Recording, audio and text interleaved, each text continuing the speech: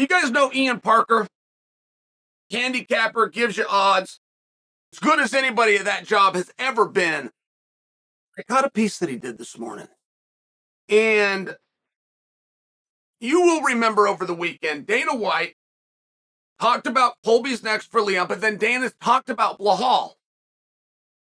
And he was almost proud of some information he had as he said, we're working on something big for Belal. And then he kept everything close, but you could just tell by his face and eyes, he personally was excited about that. Okay, Rachmanov. Now, we believe that because something was said a previous week. We don't know that. And it would seem as though, why would Dana keep that a secret, considering it was said the previous week? It was said on his broadcast by his top broadcaster, Joe Rogan. Why would Dana then a week later reveal the Belal, reveal the big, and not reveal the Rachmanov, who would very clearly be the B side? Interesting. I hadn't really thought of it. But I did notice when Dana said that he didn't say what the really big thing was. I instantly defaulted to Rachmanov. Ian Parker had a different idea. That yes, it may be Rachmanov, or it may be Kamaru Usman. Now, I love that point, because as quickly as we are all happy to tear the tent down, load the trucks, and take the circus to the next town, one thing we have not done in the last 2 weeks is check in on Kamaru. Kamaru Usman was very quiet leading into this fight. It was hard to get an interview. It was hard to get a statement. It's hard to find out where he is training. It was just part of the approach that he was buckled down and real focused. But I feel like that's kind of the way it's been the last couple of weeks as well. Maybe the people that reached out for interviews and comments just took the hint and they're not going back to it, because it's very important that we ask Kamaru. Who's the number one contender in that division? Of course it's Kamaru. Of course it is.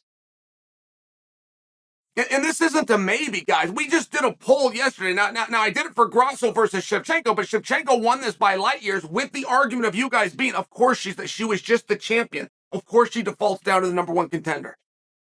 You're right about that, sure. Sure, Kamaru Usman's the number one contender. You don't have to use him. You don't have to give him a world title opportunity, because everything is on the table, including retirement. And I'm the only one using the R word. I say that out of respect, meaning that Kamaru has done everything. If he wants to say, take care, guys, and enjoy, we'd support that fully. However, what if it's just the opposite and we don't know? What if he said, hey, wait a minute. Colby, according to DraftKings, is a favorite to beat Leon. Now, Colby's getting this opportunity because I'm gone. Colby couldn't get that opportunity. He couldn't get back into a world title fight. I'm in the same spot. I'm the number one contender. I can't get it against Leon. I've already fought him 3 times. But if Colby takes him out, I would then fall into the exact position that Colby is now in, which is given an opportunity. So tell me what I need to do. As I'm looking around, it looks like Belal's the guy. Give me Belal. What if? And I'm not betting that that's the situation we're in. I'm suggesting that when Ian Parker brings up that this mystery opponent that we've got for Belal is Rachmanov, but it might not be. It might be Kamaru Usman. It's interesting to me. That's where I'm so fascinated, and that's why I bring up retirement when I talk about Kamaru Usman. Not because I think he needs to, or not because we're trying to push him. Not at all. Not at all because of that.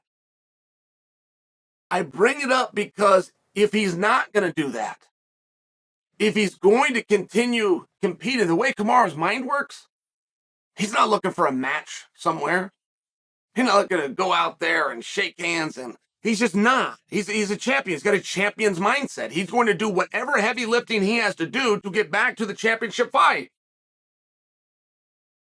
So if Kamaru isn't going to retire, that means he's going to fight again. If he's going to fight again, who do you think he's going to fight? And that is where a Belal makes a lot of sense. That is where a Rachmanov, if need be, would make a lot of sense. Usman's not going to come back looking for something light to do. It's a great point by Ian Parker. And I'm not willing to predict for you that they're about to announce Kamaru Usman versus Belal. That I'm not. But the idea and the philosophy proving the point that everything's on the table for Usman. And while we don't have the answers, we tend to lean towards, well, he could be done. What a great career. That's true. But if he's not, I argue he's not coming back part way. I argue for you, he's not going to just be one of the guys. He's not going to be the new stepping stone. I don't think so. I think he's going to fight like hell to get the biggest opportunity that he can get. Particularly if he's looking at the complete landscape, right? I mean, imagine being Kamaru Usman and Colby's the champion of the world. You look around going, the champion of the world's a guy that I defeated twice. I'm still here. Where's my opportunity? It's one of those spots where we're all going to go, yeah, he makes a really good point. Parity is important over here, but he makes a really good point. Kamaru Usman versus Belal. Could that be? Could it be? Why Dana didn't reveal the name. It's an interesting conspiracy theory, and I think it needs to be considered.